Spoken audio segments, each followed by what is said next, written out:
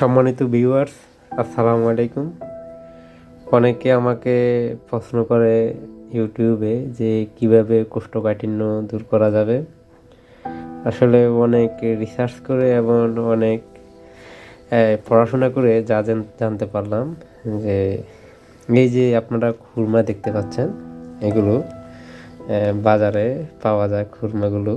সেগুলো আসলে খুরমা কিভাবে তৈরি হয়েছে, কাঁচা যে খেজুর আছে, ওই খেজুরগুলাকে গাছ থেকে ফেড়ে পরে সেই খেজুরগুলাকে শুকিয়ে খুরমা তৈরি করা হয়েছে। যার কারণে এগুলো সূর্যের আলোর কারণে এগুলোকে ফাইবারের মাত্রা বেশি হয়ে গেছে।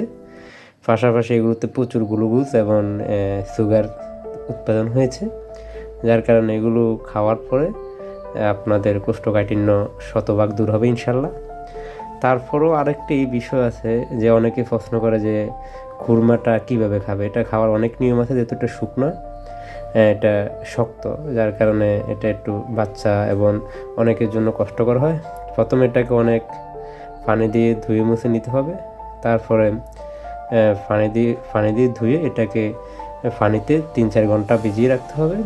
তারপরে এটাকে খেতে হবে, অথবা দুধের সাথেও 3-4 ঘন্টা মিশাতে হবে। তবে তার আগে প্রথমে এটাকে ভালোভাবে দ্রুত করতে হবে। এটা হলো খুরমা খেজুর। আপনারা যে কোনো বড় বড় সুপার শপে গেলে অবশ্যই খুরমা খেজুর পাবেন। আবার দেখা হবে ইনশাআল্লাহ। আসসালামু আলাইকুম।